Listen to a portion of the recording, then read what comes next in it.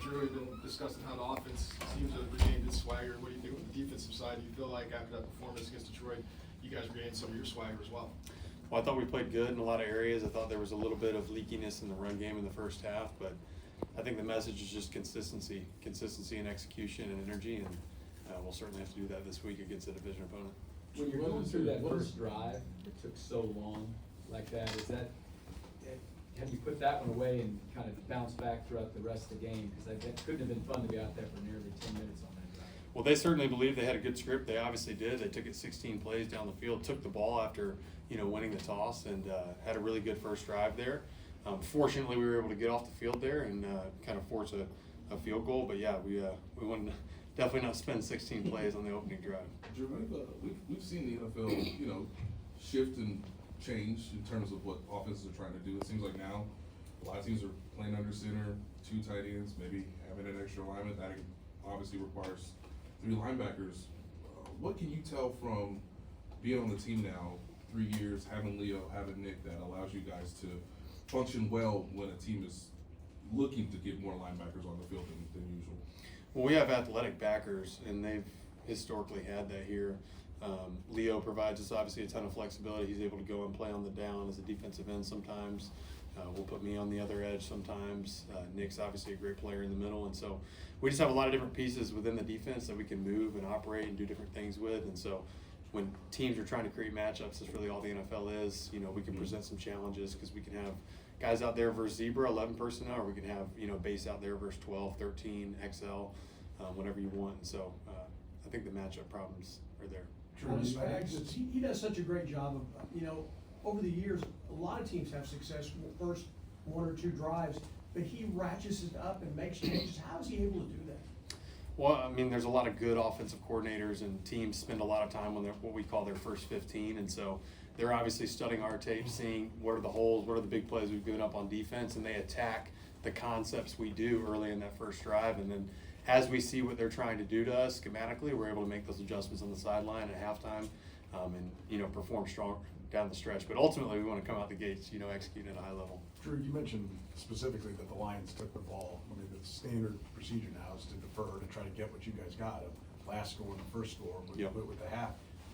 Did that resonate with the defense? Like, hey, they're not doing what they're supposed to do. This is kind of they're kind of sticking it to us, or no, is it just like, hey, we're up first? Well, I mean, I was out there and I was shocked when Jared was like, we'll take the ball. And I was like, okay. And so, yeah, you're fired up a little bit. You're going back sideline and said they want the ball. And so we would obviously like to get off the field better. They made a good first drive, but it definitely makes you a little edgy. Okay.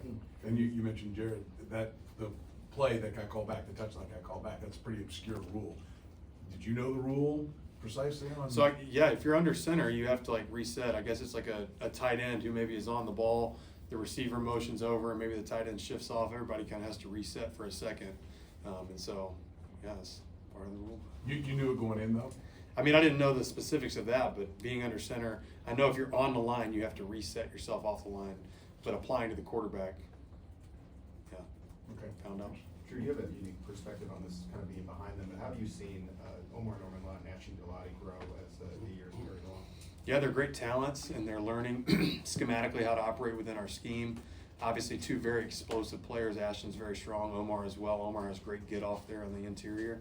But as they become more knowledgeable in what we're trying to do defensively, they're just going to become bigger and bigger assets for us. Drue, you mentioned the run game being leaky and the other team's script opening game, but what is the mood like when maybe first couple drives don't go your way? Like what's the energy like on the sideline and the halftime? Well, it's certainly get to the sideline and figure out, look at the surfaces, see what they're trying to do. They were doing some nuanced things that we hadn't seen them do on tape. They were putting an XL on the game and then going tackle over with Panay and then running it back to that other side when we'd adjust our front and put everybody over there.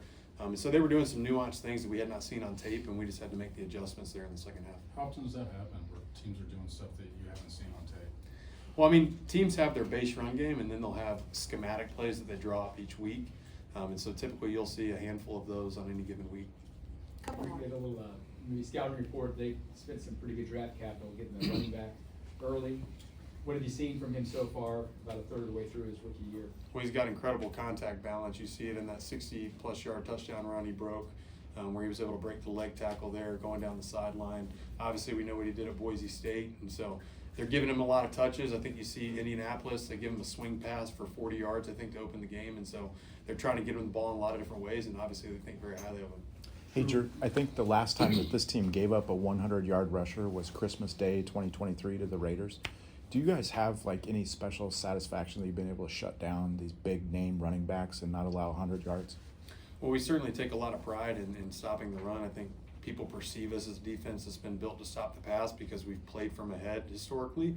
But we certainly take great pride, and that starts with Joe Cullen in our Wednesday run meetings. And so he fires us up, and then we try to carry that energy throughout the week. But it's certainly something we try to take a lot of pride in. And I remember that game. Zamir White had a great game, and we'll have to be better this week.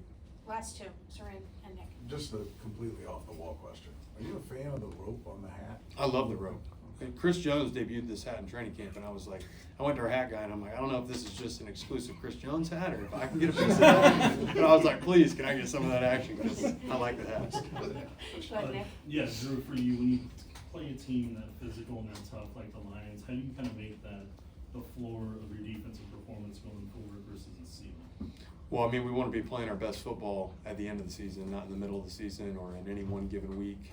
Certainly, we know we didn't play our best in Jacksonville the week before, had a 14-0 lead, and weren't able to close the door. And so we were able to play better versus Detroit, and we'll have to play good Sunday afternoon. It's a noon game, the first time we've played in that slot this year, and so that'll present another challenge. But we'll have to come out with a lot of energy and execution to beat a division opponent. Thank you, Drew. Thank you, everyone. See you guys.